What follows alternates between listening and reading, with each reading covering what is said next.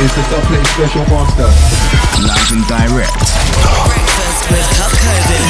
Trickstar Radio. Yes then, people, we are back inside the building right about now as we jump into something very special indeed. So, over the course of the last few months, I've been playing a lot of new music on the show, and right about now, we're going to be getting into another one of these album reviews. And when we break down albums, we have to not only look at the sonics, but we also have to look at what they represent, the situations in when they're likely to be heard, and of course, how they will then hold up over time. And often, when I'm reviewing dancehall projects and bashment albums as well, there is somewhat of a kind of throwaway feel about a lot of the tunes involved, and there seems to be this idea of kind of building, selling it, exporting it, and then moving on to the next project. But this brand new S.p.i.c.e project that goes by the name 10, for me, this is very, very different. This is something that feels like it's been in the works for a long period of time, making sure every kind of nook and cranny of the track listing has been modelled to perfection. And definitely for me, this is one of the standout dancehall albums of the year. When we look at S.p.i.c.e.'s career, she for me is undoubtedly one of the most influential women in dancehall music. I don't think that's really debatable. There's been a few names, obviously, such as Shenseea and Kxvu, who have been popping up recently, who have made waves, but for me, they are literally following the path that has been laid down for them by S.p.i.c.e. For me, one of the most influential artists around the world, to be honest with you, when it comes to just Jamaican sound system culture and Jamaican music in general. It's fantastic what she's done over the course of her career. The first thing I noticed, actually, when we get into the track listing for this project is that it's made up of completely new material from what we can see, apart from one banger. And we're going to be talking about that banger a little bit later on in this review because it's a very important one indeed. But the interesting thing about the general layout of this is obviously the fact we kick off with a tune called S.p.i.c.e. It's S.p.i.c.e. and it's interesting to say the least. It comes with kind of military style drums. Obviously this is a fashion choice we've seen S.p.i.c.e. do on numerous times, both in music videos and at events such as Culture Clash. It's a slower tempo but a typical sort of dancehall chord progression going on within the tune, and it gives it a warlike feel, which is the perfect way to create a sort of aggressive introduction to the album project.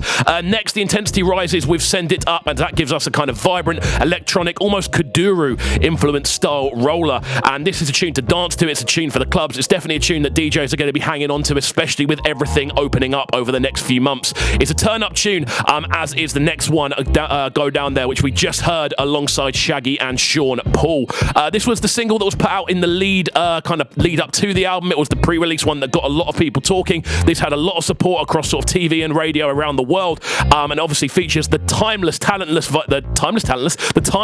incredibly talented vocals of Sean Paul and Shaggy. Next up on the album, we move into a modern classic. Obviously, it is the infamous cut of S.p.i.c.e.'s version of the boombox rhythm, So Me Like It. This is the classic I was talking about a little bit earlier on. For me, one of the most important dancehall rhythms of the last 10 years, an absolute classic. I think it might even be older than 10 years at this point, because it's just an utter banger that I play whenever I go into a dance.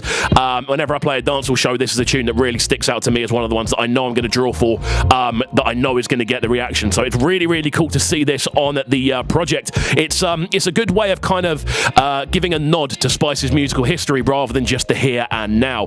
Next up, Size Matters jumps into a few more sort of unradio friendly topics, but sonically takes us on an unusual journey, showing S.p.i.c.e.'s musical evolution using multiple voice pitches over a constantly shifting landscape of rolling drum sounds, before Popo gives us possibly the most pop-influenced sounding on the album, despite it having a much more sort of layered, important context going on, obviously addressing sort of deeper meanings behind BLM and racism within the police force worldwide.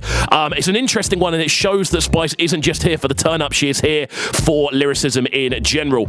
We have a major switch-up after this next, as we hear S.p.i.c.e. take a more dubwise route on Don't Care, which takes a much more reggae-influenced approach. Very, very sort of enjoyable sing-along flavour to this one. And then a couple more album-style tracks follow this. Obviously, On Your Mind featuring Olaf Blackwood. Very sort of siren-like synthesizer action going on with that one. And then, obviously, Love Her gives us a more stripped-back dancehall feel. There's loads of different things on this album which really do stick out for me. And to be honest with you, I don't particularly want to run through the entirety of it track for track because I feel we're just going to get lost in just describing good dancehall tunes more than anything else.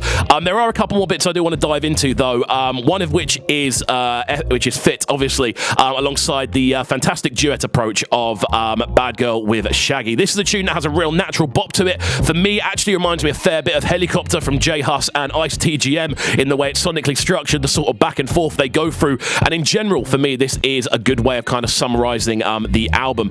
We finish off with Nighty, which throughout a combination of unique rhythmic displays and sort of swampy melodies gives us a call-off to a highly energetic journey. For me, this album is absolutely spectacular. It's one of the few albums in recent years I've been able to actually sit down and listen through numerous times and not get bored, which may sound bad, obviously, for what I do for a job, but obviously I listen to so much music, it is kind of difficult at this point to retain my attention for an extended amount of numerous runs.